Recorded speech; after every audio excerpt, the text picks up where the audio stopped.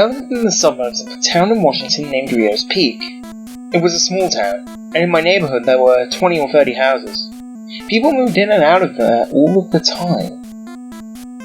I lived there until I was 17. What I'm about to tell you about happened 2 years before I left. It was the reason why I left.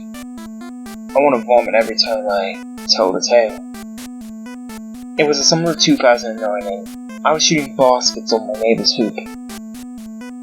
My neighbor was such a prick. He hated everybody. He never had much of a problem with me, but that was because I stayed out of his way. It was like his wife would come out of their house every day with a new bruise. More on that later. Anyways, so I was shooting baskets, and a young boy stared at me through the back window of a car. He wasn't in the car, just standing behind it. He had on a red t-shirt and a shark helmet.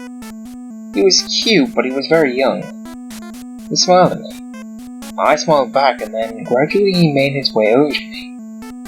He and I started shooting hoops together. He was the kindest little guy I'd ever met. I looked forward to making his acquaintance every day. He was very talkative, never shut up. That was okay though. I didn't mind. Not more than a week later, he got a new dog. A black lab. It was only a puppy. It was very cute.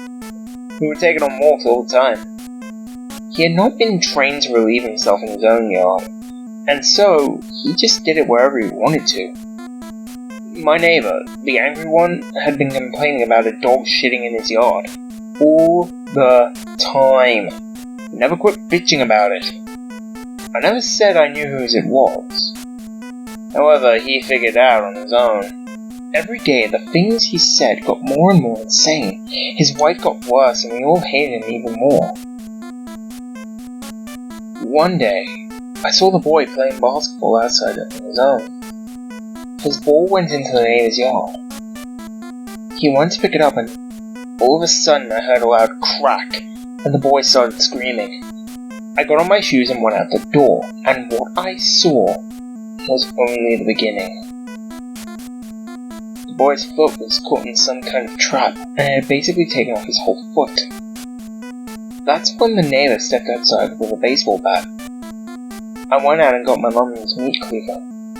It was the only thing I saw.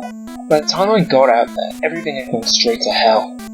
He was beating the poor boy with the bat. His brains and pieces of his skull came up with every swing. The boy was dead, and the neighbor saw me. I went inside and called the police, and I saw him coming towards my house. I began to panic. He knocked on my door, bat still in hand. I opened it. He came to see me. Bad decision.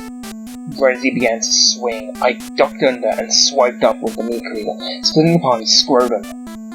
Blood trickled from it, and he screamed. I then proceeded to strike his head, watching his brains spill over my porch. The cops arrived, and they told me that everything would be okay. Self-defense is a crazy thing, would have been said.